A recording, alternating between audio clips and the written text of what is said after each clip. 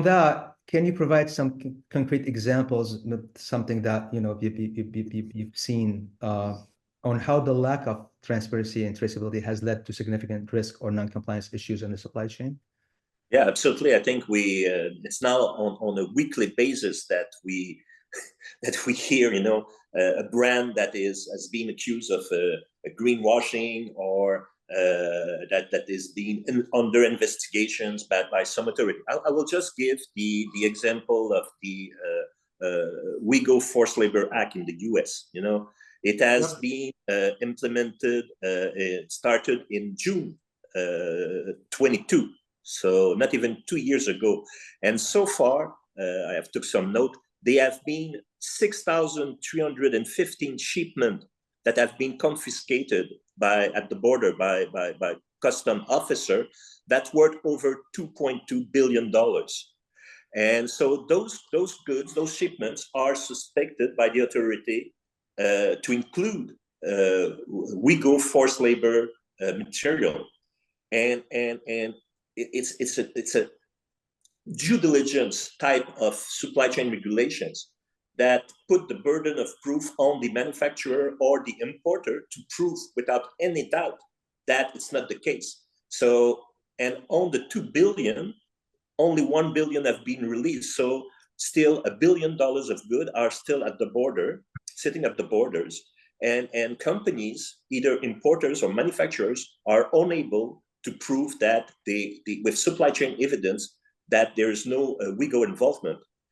Imagine the disruption that this created and the difficulty that, so who is responsible? Is it the importer or manufacturer, or is it the suppliers? So it opens the doors to many sources of litigation.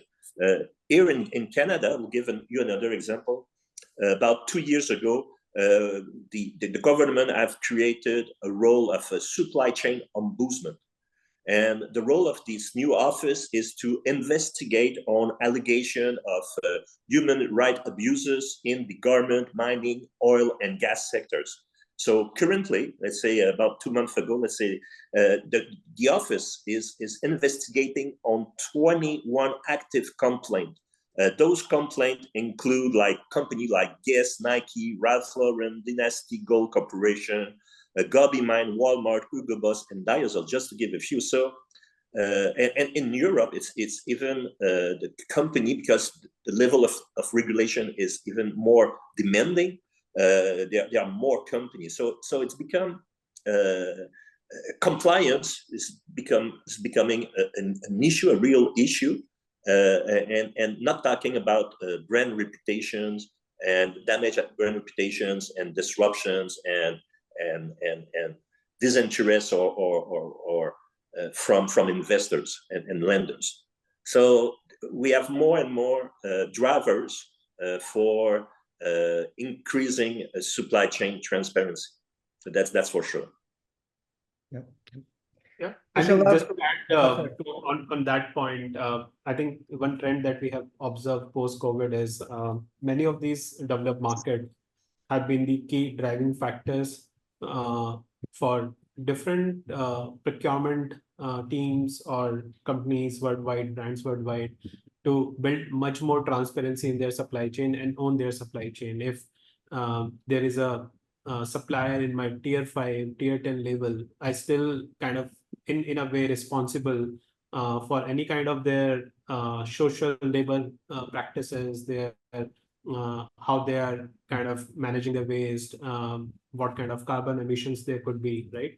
So I cannot be ignorant of how my upstream supply chain looks like, and that doesn't give me an option to